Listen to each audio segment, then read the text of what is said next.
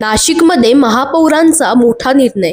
हिमगौरी आडके यांनी नाशिककरांच्या मूळ प्रश्नांना हात घालत नागरिक आणि महापालिका यांच्यातील दुरावा कमी करण्यासाठी पुढाकार घेतला आहे.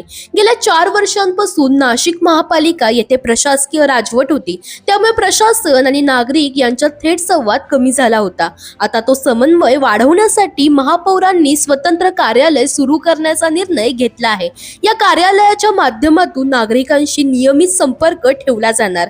आगामी सिंहस्थ कुंभमेळा पार्श्वभूमीवर शहरात मोठ्या प्रमाणावर रस्ते विकासाची कामे सुरू आहेत. सध्या 19 ठिकाणी वाहतूक वळवण्यात आली असून नागरिकांना त्याचा त्रास सहन करावा लागतोय.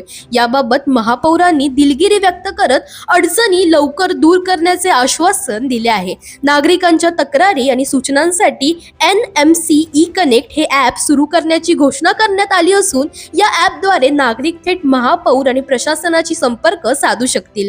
वाहतूक कोंडी आणि प्रदूषण यांसारख्या प्रश्नांनाही प्राधान्य देण्यात येणार आहे. नागरिकांनी वाहतूक नियम पाळावेत आणि स्वच्छ शहर ठेवण्यासाठी सहकार्य करावे असे आवाहनही करण्यात आले आहे.